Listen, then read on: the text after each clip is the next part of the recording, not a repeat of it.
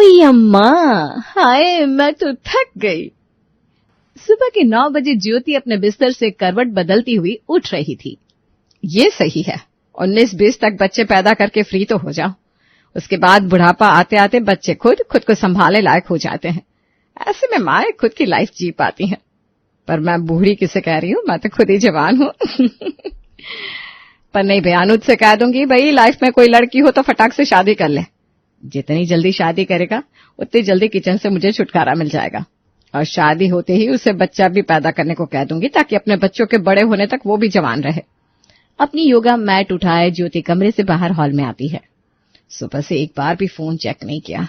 एक बार ladies group के update देखती हूँ। अपने व्हाट्सएप ग्रुप का मैसेज देखने ज्योति जैसे ही अपना फोन उठाती है, उसके फोन पर उसके बेटे का कॉल आता है। सॉरी मम्मी, मेरे पास कोई और ऑप्शन नहीं था, मैं क्या करता। अच्छा, तो फिर से मेरी कॉफी चुरा ली तूने। अच्छा कोई बात नहीं बेटा, इसमें इतना घबरा क्यों रहा है? और जिम कर लिया तूने? सुबह के 9 बज रहे हैं मम्मी, होश में आ जाओ।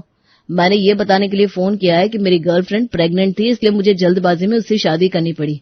आई एम सॉरी मम्मी, पापा मुझे मारेंगे तो नहीं ना? तुम सब संभालो ना मम्मी, मैं तुम्हारी फूल जैसी बहू को लेकर सीधे घर ही आ रहा हूँ। ये सुनते ही ज्योति के हाथ से फोन छूटकर गिर जाता है। हे भगवान, एक साथ तूने मेरी दोनों कामना पूरी कर दी, बेटे की शादी की भी और उसके बच्चे की भी, और वो भी पलक झपकते ही। पर ऐसे जी तो कर रहा है जाकर कूट दो इस लड़की को, पर जवान लड़का है, ज्यादा बोलूंगी तो पता चला अपनी बीवी को लेकर अलग हो गया। अब तो कर्मकांड हो ही चुका है, अपनाना ही होगा बहू को। और अपनी बहू के आने के स्वागत में ज्योति अपनी सहेलियों को अपने घर बुलाकर तैयारियों में लग जाती है। पहले तो मुझे लगा था तू दिखावे के लिए मॉडर्न बनती है, पर ज्योति तू तो सच में मॉडर्न निकली। अरे अब बहू तो लानी थी, मैं लाऊं या मेरा बेटा लाए? और ऊपर से मेरा बेटा तो पति बनकर नहीं, सीधा बाप बनकर लौट रहा है। एक बार अपनी बहू के आने से नाखुश हो सकती थी मैं, पर अपने पोता या पोती के आने से कैसे नाखुश हूं, इसीलिए खुशी आज दोगुनी है। बिल्कुल ठीक कह रही हो ज्योति तू। अब तो अगर इस बात की नाराजगी बहू पर निकालेगी तो उसका असर तेरे होने वाले पोते पर भी पड़ेगा। सभी माँ को ना तेरी तरह होना चाहिए। अब बच्चे से गलती हो गई तो हो गई, जान थोड़ी ना लेंगे उसकी। उम्र ही क्या है अनुज की, 24 साल का तो है। बस ये अच्छी बात है कि सेटल है लड़का, वरना वो अगर तुझ पर और जीजू पर डिपेंडेंट होता और तब ये गलती कर देता, तब भगवान जाने क्या होता। कब आएंगी मम्मी जी अनुज? 30 सेकंड से खड़ी हूं मैं। कितनी तीखी धूप है बाहर, मुझे धूप लग गई ना तो भी पानी चढ़ाना पड़ जाएगा। मम्मी कहाँ हो तुम, हम आ गए। अनुज की आवाज सुनकर ज्योति भागती हुई रसोई से बाहर आती है। 1 मिनट बहू, ऐसे ही तुम अंदर नहीं आ सकती। हमारे घर का एक नियम है, नई बहू 7 अनाजों का एक छोटा सा कलश लेकर ही अंदर आ सकती है। इससे घर में बरकत बढ़ती है। बहू का ऐसे पहली बार ससुराल में खाली हाथ आना अच्छा नहीं होता। रुको, मैं कलश लेकर आती हूँ। कलश में कैसे उठाऊंगी अनुज, मैं थक गई तो।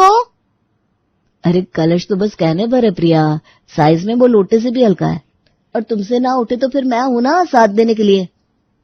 200 ग्राम की कलश को दोनों हाथ से उठाकर किसी तरह प्रिया अंदर आती है और सीधा सोफे पर बैठ जाती है। अपनी बहू की सांस फूलती देख ज्योति घबरा जाती है। बहू का पेट तो नहीं दिख रहा, पर जिस हिसाब से 4 कदम चलने में ही बहू की सांस से फूल रही है, मुझे लग रहा है इसका 9वां महीना चल रहा है। हाय मैं तो थक गई। थकावट सी लग रही है क्या बहू? कौन सा महीना चल रहा है तेरा? 13 नहीं मम्मी जी, आज तो 12 महीने होते हैं ना साल में। ओहो बहू, तेरी सांस फूल रही है ना, इसलिए तेरी सास पूछ रही है। ओहो मैं कैसे पूछूं, आप ही पूछिए ना ज्योति जी। मैं पूछ ही रही थी ना, आपको ही बीच में कूदना था। बेटा तुम माँ बनने वाली है ना, तो कौन सा महीना चल रहा है? मैं? कैसी बातें कर रही हैं आप मम्मी जी, अभी तो मैं खुद ही बच्ची हूँ, मैं खुद को संभालूं यही बड़ी बात है। मैदा खा खा कर ना मेरा पेट 1 इंच आगे आ गया है। उसी का वजन मुझसे नहीं उठाया जा रहा। मैं कहाँ प्रेगनेंसी का सोचूंगी, ना ना, मैं तो खुद बेबी हूँ अपने अनुज की। मैं एंड अनुज। अनुज? हाँ जानू। अनुज, ये बहू क्या उल्टी सीधी बातें कर रही है? तूने बोला था ना बहू पेट से है। वो मैंने झूठ बोला था मम्मी। वो मेरे दोस्तों ने कहा कि अक्सर पेरेंट्स लव मैरिज के लिए मना कर देते हैं, और प्रिया दूसरे कास्ट की भी है ना, तो हे भगवान, बेटा ये ऐसी फालतू अफवाहें कौन फैलाता है? बता, बेचारी बहू पेट से भी नहीं है और मैंने सबको बता दिया कि बहू पेट से है। अब जब 9 महीने बाद सब पूछेंगे तो क्या जवाब दूंगी मैं? तो वैसे भी आपका बेटा लड़की भगा कर ला रहा था, तो क्या जरूरत थी पूरे मोहल्ले को इकट्ठा करने की? यहाँ इज्जत पर दाग लग गया है, वो कैसे छूटेगा पता नहीं, और आपको जवाब की पड़ी है। जैसी इसकी हरकतें हैं, अगले महीने न्यूज दे ही देगा ये। आज बेटे की सुहागरात है और आज ही आप उससे लड़ रहे हैं। मिट्टी पाइए। अब सुषमा, तू बहू को मेरे कमरे में ले जा, तब तक मैं करण तेरा कमरा तैयार करवा देती हूँ। वो तो शादी के बाद होगा ना मम्मी, अभी शादी कहाँ हुई है? ये सुनते ही अनुज के पापा मनोज टेबल पर पड़ी न्यूज़पेपर को लेकर अपने बेटे के सर पर मार देते हैं। ये हरकत है इस लड़के की, बचपना खत्म नहीं हो रहा इसका। तू प्रैंक कर रहा है क्या हमारे साथ? अरे कोई बात नहीं भैया, चिढ़ते क्यों हम? शादी होगी ना, खुद ही दिमाग ठिकाने लग जाएगा। अब लड़की का गृह प्रवेश तो हो ही चुका है, तो लगे हाथ फेरे भी करवा देते हैं। फेरे यहीं से करवाने पड़ेंगे मम्मी, क्योंकि प्रिया के घर वाले इस रिश्ते के लिए राजी नहीं है। वो भाग कर आई है मेरे साथ, तो अब उसका मायका भी यही है और ससुराल भी। पर ऐसे शादी के पहले पति के साथ रहना ये तो गलत है। एक काम करती हूँ, मैं प्रिया को अपने साथ ले जाती हूँ। यहाँ तुम लोग शादी की तैयारियां कर लो। हाँ ठीक है सुजाता, कल ही शादी कर देते हैं इन दोनों की। सुजाता प्रिया को अपने साथ घर ले जाती है। हाय कितना दूर है आंटी आपका घर, पैर दर्द हो गए मेरे तो। जरा नींबू पानी बनाकर पिलाइए, मेरा तो बीपी लो हुआ जा रहा है। हाय मैं तो थक गई। अरे बहू, तेरे शरीर के अंदर खून है या हवा? ये 4 कदम चलने में तू थक कैसे गई? तुझसे ज्यादा तो मेरी दादी सास चल लेती है। तेरे ससुराल और मेरे घर में सिर्फ एक घर का ये फासला है। अब कितना बुलवाती है मुझे आंटी जी। फिलहाल ये घर ही मेरा मायका है, तो अब मेरी माँ समान हुई। अब जाइए ना, अपनी एक दिन की बेटी के लिए कोई ड्रिंक लेकर आइए ना, और हाँ साथ में ना कुछ खाने का भी ले आइएगा।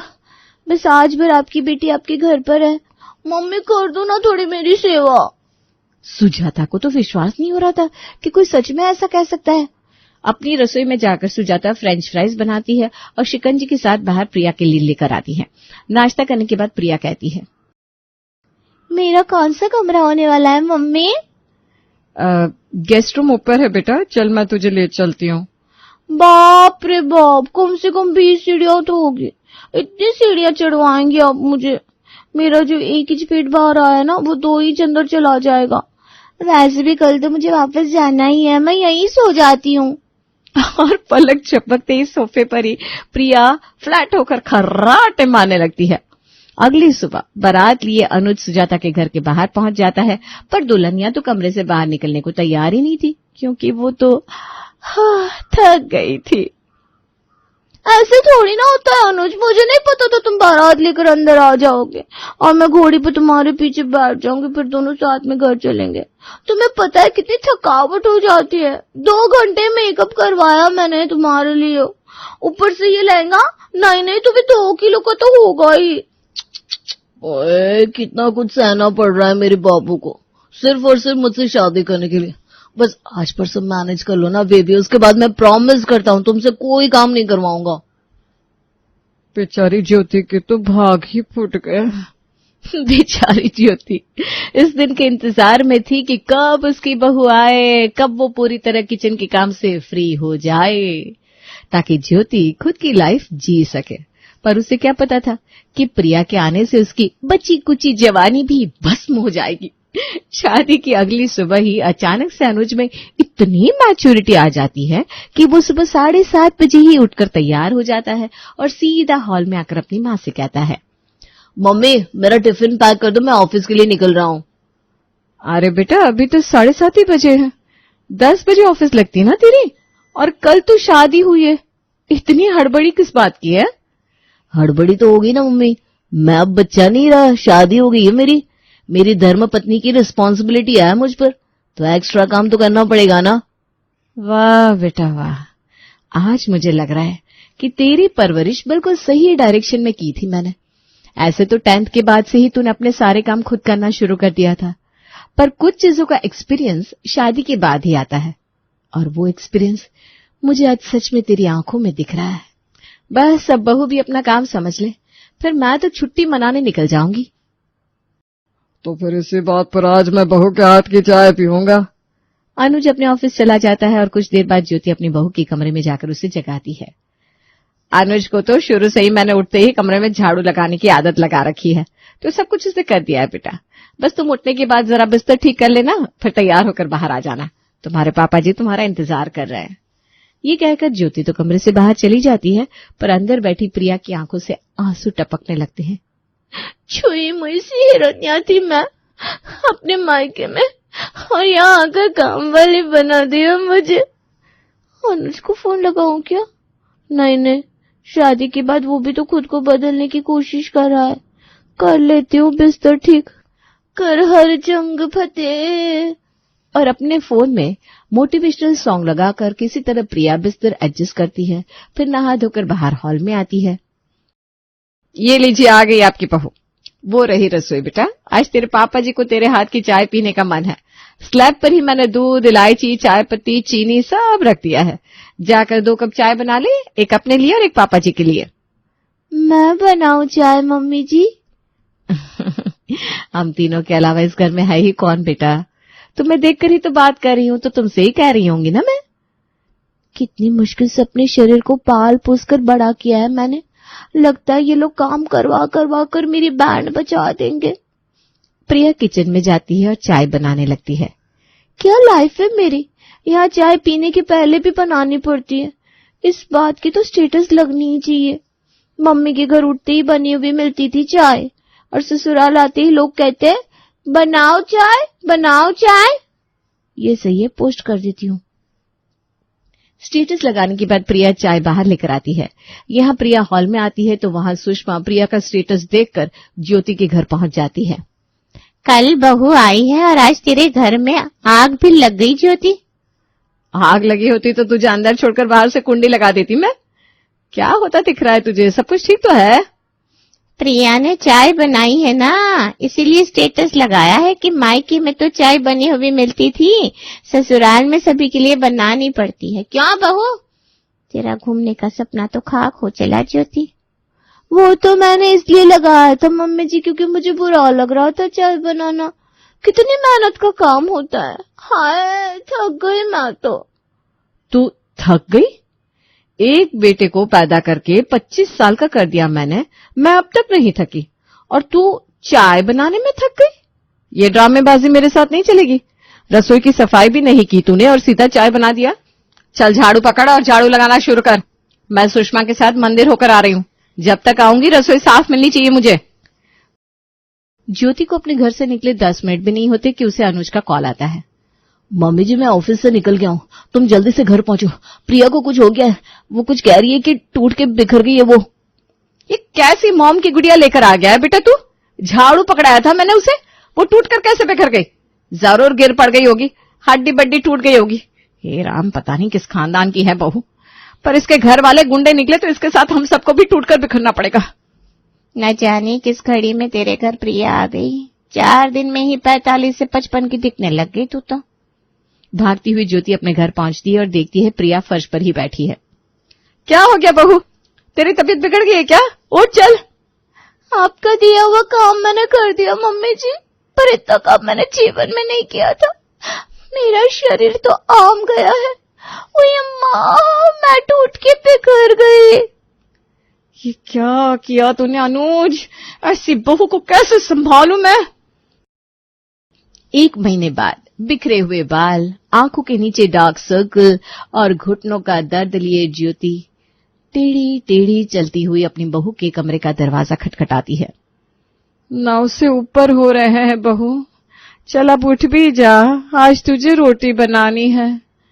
अचानक से अपनी सास की आवाज सुनकर प्रिया हड़बड़ाती हुई उठती है। हाय रे, मैं तो डर गई। पूरे 1 महीने रोटी बनाना सिखाया है बेचारी मम्मी जी ने, उनके लिए आज 1 रोटी तो बना ही सकती हूँ मैं। प्रिया रसोई में जाती है जहां पहले से एक चेयर रखी हुई थी।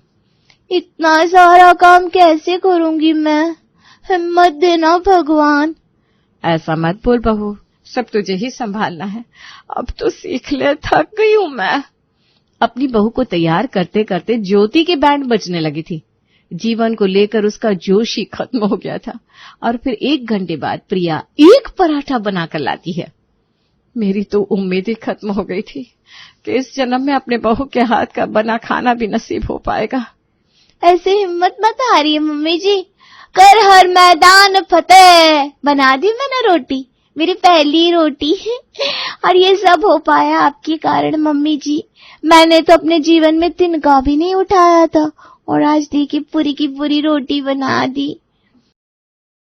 ये कहते कहते कब प्रिया की बनाई हुई रोटी कैसे प्लेट से गायब हो जाती है ज्योति समझ ही नहीं पाती। तेरी बनाई हुई रोटी कहाँ गई बेटा? अभी तो यहीं थी, मैंने चखी भी नहीं। वही ना मम्मी जी, मेरी पहली रोटी थी तो चखना मेरा भी बनता था। सब मैंने खा ली, बना कर ना थक गई हूं मैं। ऐसे भी आजकल तो आप खाना बनाती ही नहीं है। शरीर में ताकत कहाँ छोड़ती है तू बेटा? दिन भर मुझे अपने पीछे लगाए रखती है। मम्मी जी मैंने कंघी कर ली तो मैं थक गई। मम्मी जी मैंने सांस ली तो मैं थक गई। वहां से एक रोटी बनाने तक तो लेकर आई हूं मैं तुझे। भले ही ये जीवन मेरा समाप्त हो जाए पर तुझे तो पूरी तरह ट्रेन करके ही रहूंगी मैं। ज्योति के घर का दरवाजा खुला देखकर सुजाता अंदर आती है। क्या ज्योति, तुमने तो पूरे मोहल्ले में हल्ला फिरा दिया था कि आज तेरी बहू अपनी पहली रसोई करने वाली है। क्या परोसा बहू ने तुझे ये खाली बर्तन? शादी के पहले जब ये एक दिन मेरे घर पर रुकी थी ना, तो मैं तभी समझ गई थी तेरा तो जीवन नरक होने वाला है। वापस भेज दी इसे अपने मायके। क्यों इसका वजन उठा रही है? वजन बोझ का उठाया जाता है सुजाता, अपने शरीर का नहीं। मेरी बहू मेरे लिए मेरा अंग है। इसे इसके पैरों पर खड़ा करने के लिए मुझे कुछ भी करना पड़े मैं करूंगी। अपने सास की ये बोली प्रिया में ऐसा जोश ला देती है कि वो ठान लेती है कि वो खुद को बदलने की पूरी पूरी कोशिश करेगी। और आज से ठीक 1 साल बाद पूरा परिवार एक साथ बैठकर खाना खा रहा होता है और खाना परोस रही होती है प्रिया। बहू वो बोलकर दिखा दो ना, उई माँ मैं तो थक गई। क्या पापा जी?